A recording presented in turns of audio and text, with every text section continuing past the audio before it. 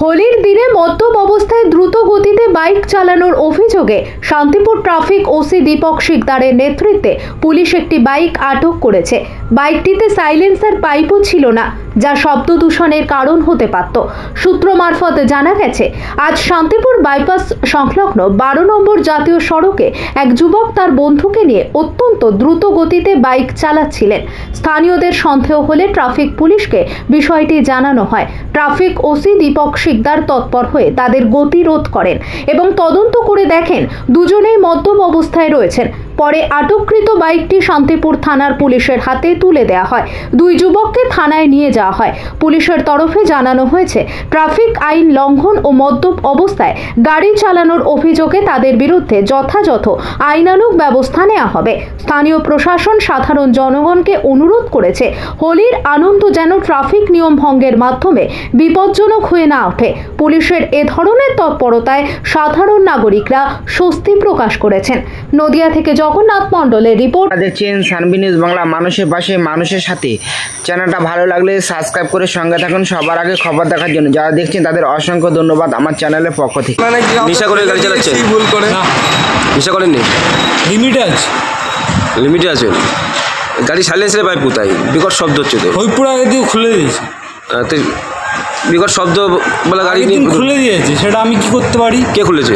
হইপুরা police খুলেছে। আপনার যেটা অরিজিনাল ছিল সেটা লাগাননি কেন? অরিজিনালটাই খুলেছে। হ্যাঁ, অরিজিনালটা। তাহলে সাইলেন্সার ছাড়া আপনি বাইক চালাচ্ছেন? হ্যাঁ, সাইলেন্সার ছাড়া বাইক ছাড়া যাচ্ছে। সাইলেন্সার ছাড়া। সাইলেন্সারটা এবার আজকের দিনে তো হেঁটে পায়ে হেঁটে করা সম্ভব না, না স্যার? আচ্ছা আচ্ছা, সেটা আজকে তো রাস্তায় প্রচুর লোক। বলেছেন দিয়ে দেবেন।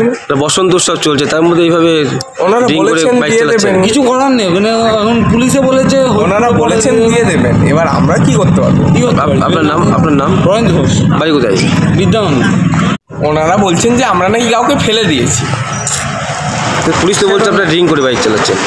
হালকা ড্রিঙ্ক অবশ্যই করেছি। হোলি আজকে একটা দুটো বিয়ার তো অবশ্যই খাবো, আমরা 4-5টা বিয়ার তো অবশ্যই খাবো। তারপর তো আমরা বাড়িতে যাচ্ছি, ওখানে আমাদের বসন্ত উৎসব হচ্ছে, আমরা ওখানে গিয়ে এনজয় করবো। এটুকুই তো আমাদের মোটিভ। বাইকে তো সাইলেন্সারের পাইপও নেই আপনাদের। সাইলেন্সারের বাইক উনি তো বললেন যে সার্ভিসিংয়ে দিয়েছিলেন, তারপর ওখানে আমাদের খুলে রেখেছেন। এবার ওনারা আজকে বাইক দিচ্ছিলেন না, তো আমরা কী করবো? বাইক তো আমাদের লাগবে। পায়ে হেঁটে তো আমরা বিদ্যানন্দপুর থেকে এখানে আসা সম্ভব না, না স্যার?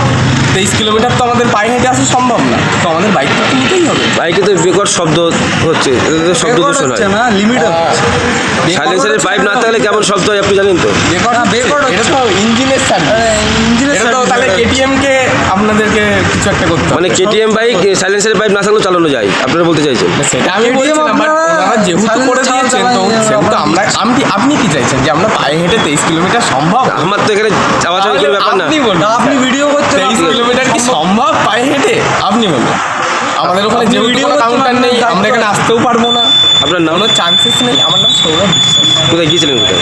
এখানেই এসেছিলাম, জাস্ট একটা নর্মাল হোটেল।